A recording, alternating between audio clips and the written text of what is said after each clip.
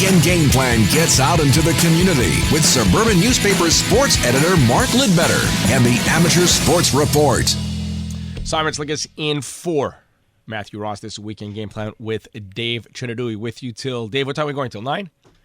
Yeah, let's do 9 today. Okay, 9 is good. Joining us now, as it mentioned, from the Suburban, the sports editor, Mark Lidbetter. Good morning, Mark. How you doing? Very good, Simon. Nice to talk to you. What's going on? What's the good word? Not a good word, really, to start, because it's a boondoggle out there. Oh, boy. Yeah, because of the second wave of COVID-19 and being in full swing, and Quebec continuing to battle to flatten the curve, the surge of cases throughout the province and the arrival of red zones have led to interruptions in sports that are winding down following a successful summer of play, and in the fall and winter activities that are attempting to make a complete return. Now, on Monday, Premier François Legault will give definitive answers as to how scholastic, and civic sports programs can proceed. But until then, federations pretty much closed up shop. So like at present, Soccer Quebec has stopped play on the balance of their schedules. Football Quebec has put a pause on football, flag football, and even practices until Tuesday. And then they'll decide based on the decisions of the government how to proceed. Hockey Quebec is pushing back the estimated start date for its Phase 6, which was set to go October 15th, but it'll be at a later date given the current situation. And play between teams in red zone and orange zone is prohibited, so that affects the elite, like midget AAA league. Play between an update following the assessment of the situation is going to be made only November 16th. So Ringette Quebec has also asked all local and regional associations to strictly respect the health measures in force. Games between teams from different regions are not allowed, and the associations have to continue with physical distancing, hand washing, both on the rink and outside of it. And they got to comply with the rules put in place by the respective regions and their facilities.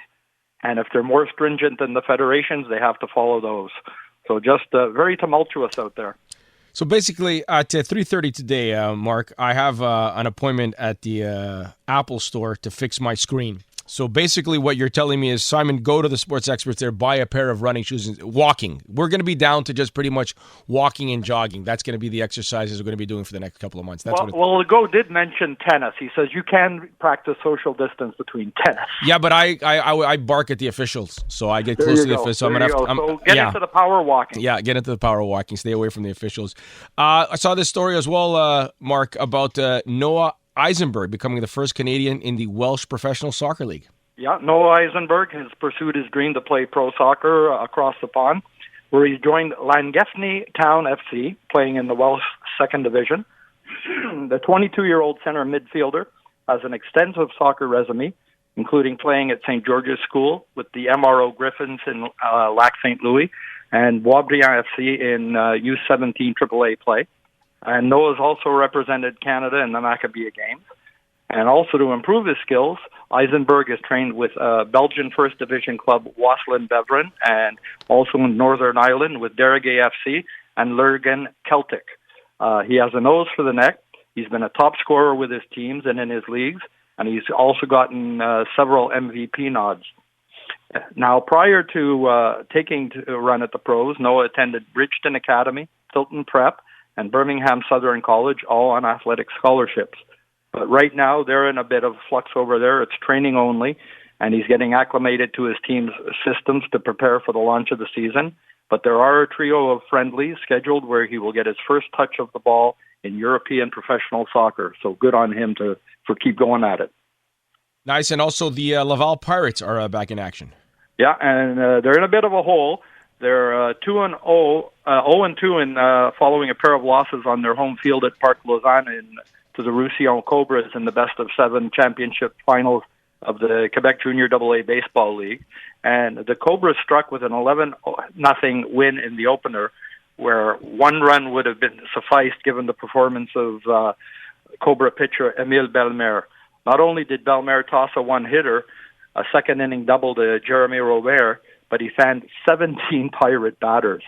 And Roussillon pulled away with a 6-run fourth to go up 7-0, then added 4 runs in the top of the 7th. And in Game 2, Laval dropped a 5-3 decision as the Cobras took advantage of a Pirates error in the top of the 2nd to take a 4-1 lead.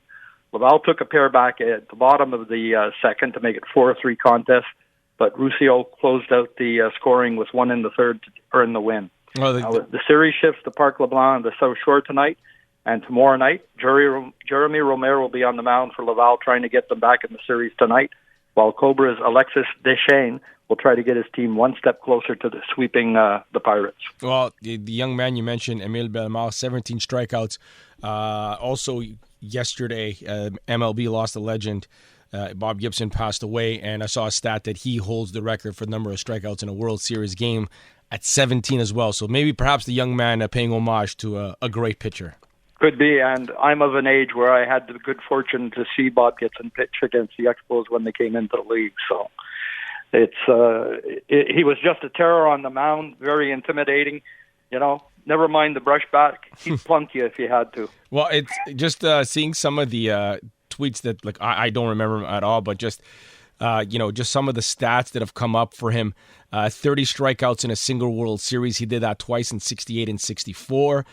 This season, Mark, 12 shutouts in the 2020 regular season. Bob Gibson threw 13 himself in 1968. So the numbers just a great comment here from Dusty Baker. The only people I ever felt intimidated by my whole life were Bob Gibson and my dad. So there you go. A lot of love out there for a great pitcher. Hey, Mark, thank you so much. Enjoy the weekend. My pleasure. Stay safe, gentlemen. Thank you, sir. Talk to you soon. Mark Lidbetter, the sports editor at The Suburban. Simon Slinkus, over there is, that's right, Dave Trentadue. Dave, what do you got coming up? Got Byron Bader from HockeyProspecting.com to preview the NHL draft. Looking forward to that. Peter Yiannopoulos will break down the NBA at 8:35.